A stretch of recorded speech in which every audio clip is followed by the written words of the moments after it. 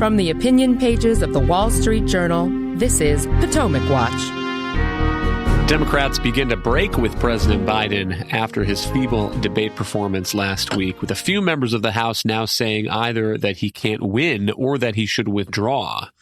What is Biden doing to try to calm Democratic fears? And will it work, or could there be more defections coming? Welcome, I'm Kyle Peterson with the Wall Street Journal. We are joined today by my colleagues, columnist Kim Strassel and editorial board member Kate Batchelder Odell. Today, on Wednesday, President Biden is meeting with Democratic governors at the White House in a closed-door meeting, trying to reassure them that he can still win the November election after his debate performance last week, watched by 50 million viewers. Meantime, there's reporting that dozens of Democratic lawmakers are thinking about signing a letter asking President Biden to withdraw his reelection bid. Let's listen to a clip of the first Democratic member of the House to call for President Biden to withdraw. This is Congressman Lloyd Doggett of Austin, Texas. I think the setback that has occurred will be difficult to overcome under any circumstance. We're looking at not people like me who believe Joe Biden has accomplished a great deal for our country, but a very small portion of the country who are undecided, who may be what are called the double haters that don't like either candidate. And I think we would be better off if we had a new candidate who could present a new vision for our country. And we can do that if we have an open and fair democratic process over the next few weeks. And here is Congresswoman Marie Gluesenkamp-Perez of Washington State. About 50 million Americans tuned in and watched that debate. I was one of them for about 5 very painful minutes. And we all saw what we saw. You can't undo that. And, the truth, I think, is that Biden is going to lose to Trump. I know that's difficult, but I think the damage has been done by that debate. A core tenet of democracy is that you accept the results of an election. And the reality is, primary voting has already happened to a degree that Biden is the nominee. Another Democratic congressman taking a similar line is Jared Golden in Maine. He says the outcome of this election has been clear to me for months. While I don't plan to vote for him, Donald Trump is going to win, and I'm okay with that. He went on to say that he refuses to participate in a campaign to scare voters with the idea that Trump will end our democratic system. So, Kim, what do you make of this? Is this a trickle of Democrats expressing skepticism of President Biden, or is the dam about to break? I think we've got indications out there that the dam could break. What's going to matter is what the White House does in coming days. Now, to be clear, Doggett is the only sitting Democrat in Congress so far that has outright called for him to withdraw from the nomination. The other two Congresspeople that you cited there didn't quite have the courage of that conviction. Instead, they decided to cover themselves by saying, well, Donald Trump's going to win. But you're seeing other Democrats also take steps to let the public know that they are very concerned about this and hedging their bets. So you had Nancy Pelosi come out and say that it was a legitimate question to ask whether or not this was a one-off evening that Joe Biden had, or whether or not this is a, quote, condition. You had Sheldon Whitehouse say something of the same, that the president owed a public assurance to clarify whether or not this was a one-off or an ongoing condition. You've got Democratic governors demanding a meeting with him today that is supposedly happening because they want assurances. And so there is a beginning of a flood. The question, does that grow into big calls and united calls for him to withdraw, which would be very hard for the White House to withstand? Let me just throw in here why I think this is happening now, because look, we are growing on a week after the debate, and here's what's happening. Polls are coming in, and I find it amusing. Democrats have known that Joe Biden has some competency issues for a long time.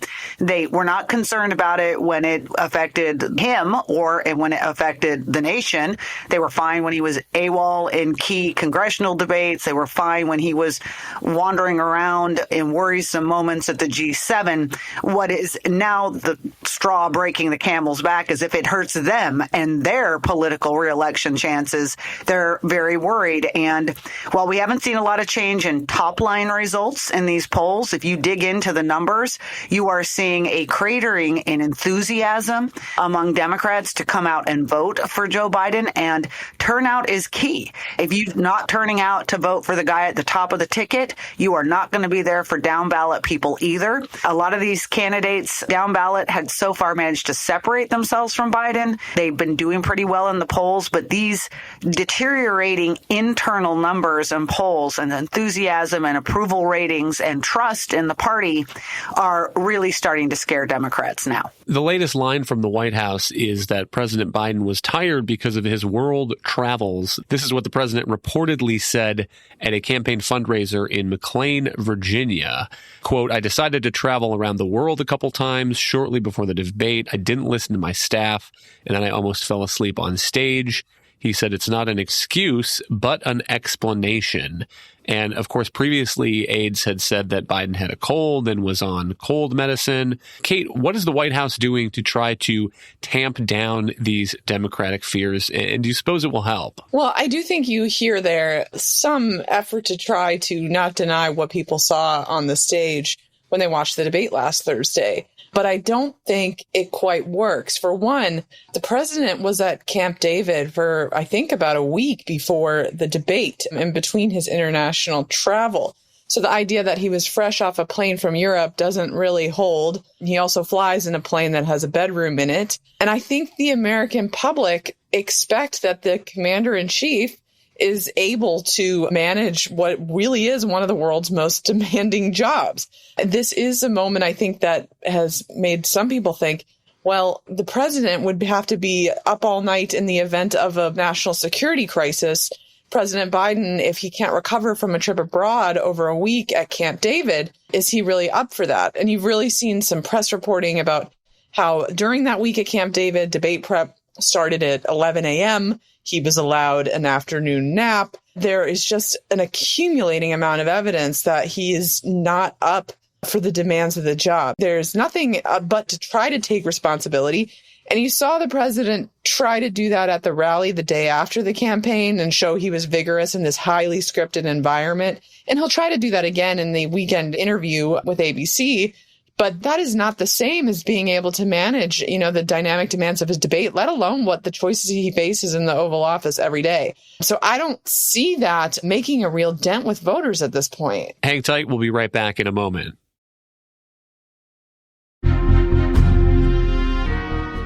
Welcome back. Let's go through a couple of the other arguments that are being voiced in this debate over whether Biden should withdraw. One of them, Kim, is that if Biden did withdraw, if Biden did pull out of the 2024 election, that the obvious next choice is Vice President Kamala Harris, who for a long time has had an approval rating that is worse than President Biden's.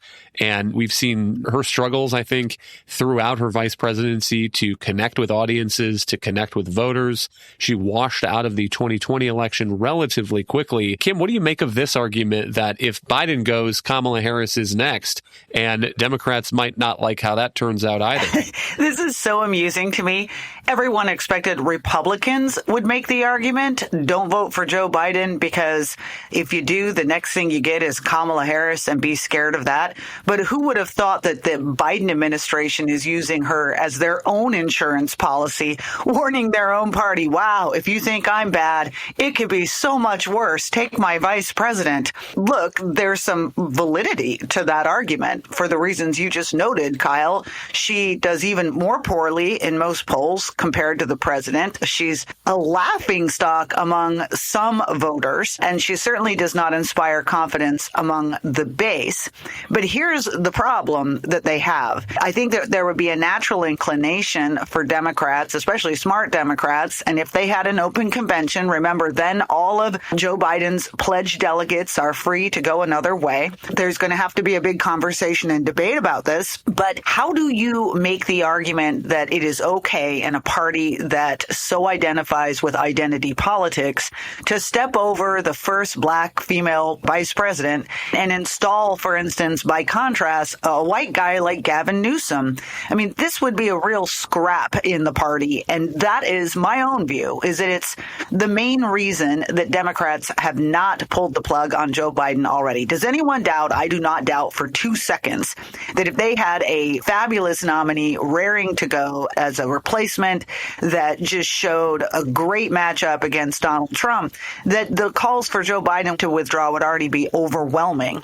But because they have this mess going forward and what could look pretty chaotic with this question of who comes next, I actually think that's a bit of a forceful, the best argument that the Biden team has right now going for it. I don't dispute that it would be awkward for Democrats to pass over Vice President Kamala Harris, but I think the argument would be twofold. One is that if you have an open convention with an open competition, then you're leaving it up to these delegates who they think is best able to take on President Trump. And if Kamala Harris does not win that vote, she has some responsibility for her failure to close the deal.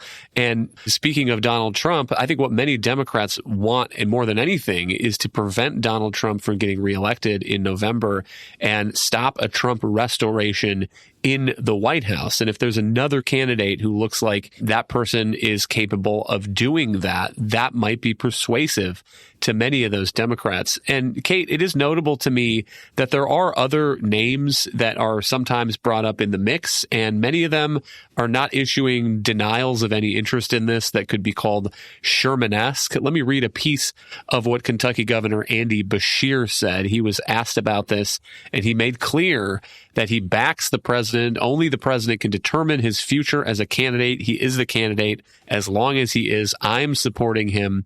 But then he said this: it's flattering when people mention your name in something like that. I think it's a reflection of all the good things going on in Kentucky.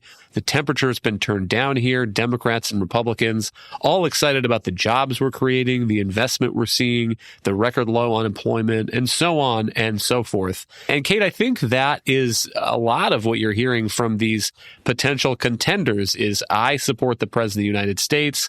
California Governor Gavin Newsom says, I will never turn my back on President Biden. But nobody is asking about that. They're asking what happens if President Biden himself withdraws? What then? And I don't see a lot of these people ruling out it. Right. I mean, from the top, I think an open convention would be good for the country with 75% of voters not wanting to see a rematch between these two. It would show a certain amount of vitality in the country that's facing a lot of profound problems, both at home and abroad, and an ability to change course and come up with a more popular nominee. So I think beyond the narrow Democratic political considerations, that's important to mention. But I think there is a little bit of a catch-22 here that is hard for the Democratic Party as a political point.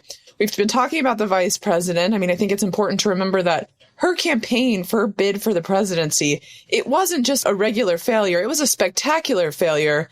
She couldn't even limp to California, her home state. She ran out of money. Her campaign was riven with strife and infighting. She accused President Biden of being a racist in a debate. I mean, it was not a good political performance. And the few polls that show her doing a little bit better against Trump than Biden, that may be because voters haven't been hearing a lot from her directly recently. I do think going back to her would be potentially a colossal mistake. And if Biden drops out and Kamala loses anyway, that he won't see that as an improvement to his legacy.